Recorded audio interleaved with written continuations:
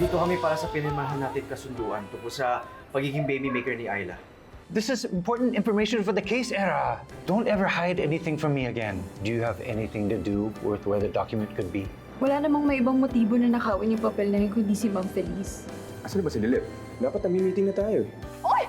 Bakit mo kinuha yan? Ano pa ginagawa mo dito? Nililigtas ko lang ho yung katotohanan. Kung talagang may tiwala ho kayo sa korteng pinagsampahan nyo ng kaso, ipakita nyo ho lahat ng pruweba nyo. Hayaan nyo na sila ang magdesisyon at hindi kayo.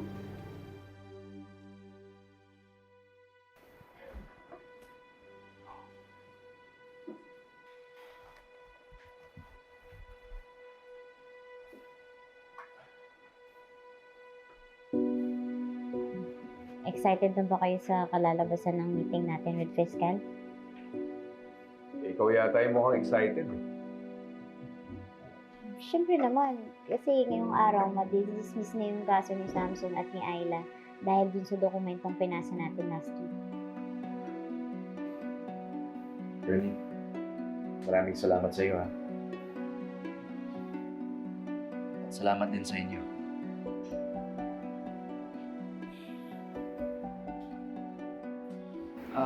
Ayla, saan po lang kayo mo? Nasa Batangas po eh. Nagtatrabaho. Ganun naman yan, ipasulpot-sulpot. Di ba, Sir Samson? Guys, they're here.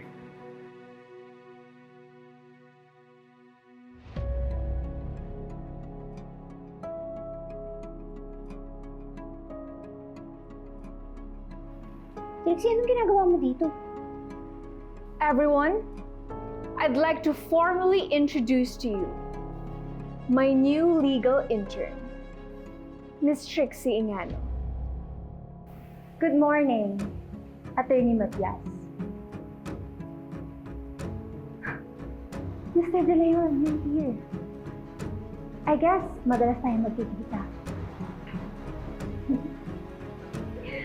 The trial gets juicier because of you two.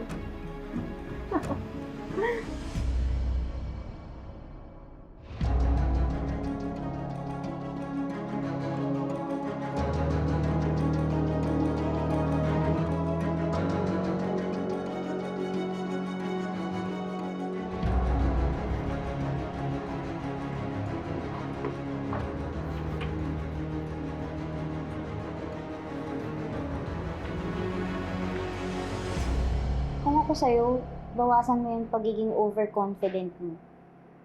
Kasi walang kaso dito. The rescued signed agreement is a powerful piece of evidence to justify the sexual relationship of the accused. Okay. Thank you nga pala sa pag-rescue ng evidence, ha? Ang galing-galing mo talaga. Good morning. Good morning po. Good morning. Salamat sa pagiging on time. Let's start.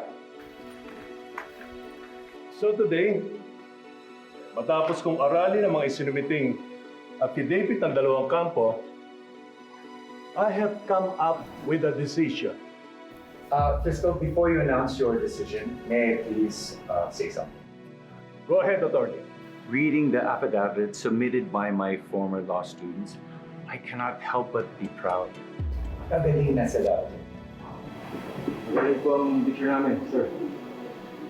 Too bad I'm not the fiscal or the judge to ensure your victory here. Anyway, I'd like to announce that today we have decided to withdraw from the case.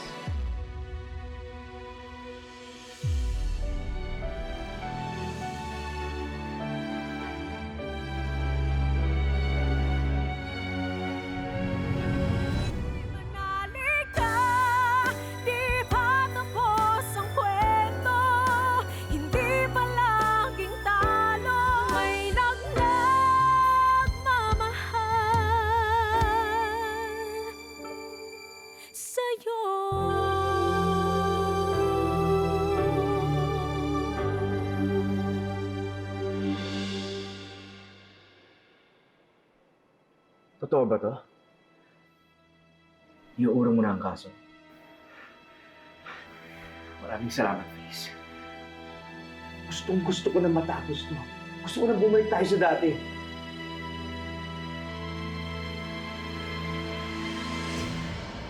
Hindi na tayo babalik sa dati. Dahil ipapakulong pa din kita.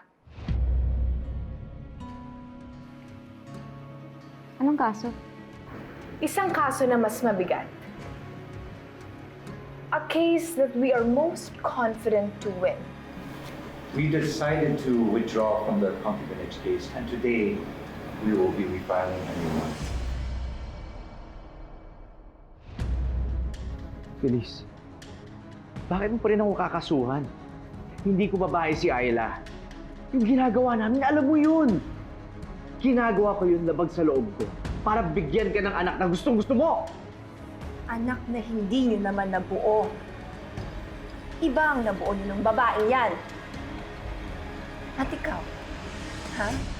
Pinagkatiwalaan kita. Hindi lang dating estudyante ang turing ko sa'yo. Parang kapatid na rin kita.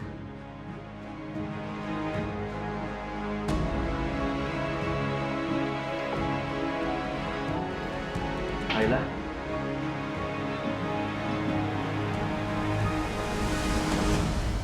Ayla? Ano pa? Ano, hindi mo matanggap ang sinabi ko, ha? Pinagkatiwalaan ko sa'yo. Bitawan mo ako! Ayla!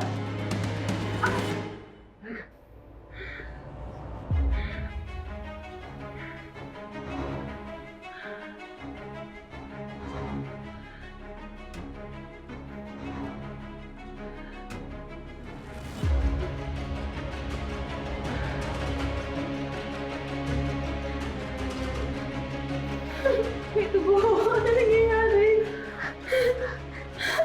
Ayla.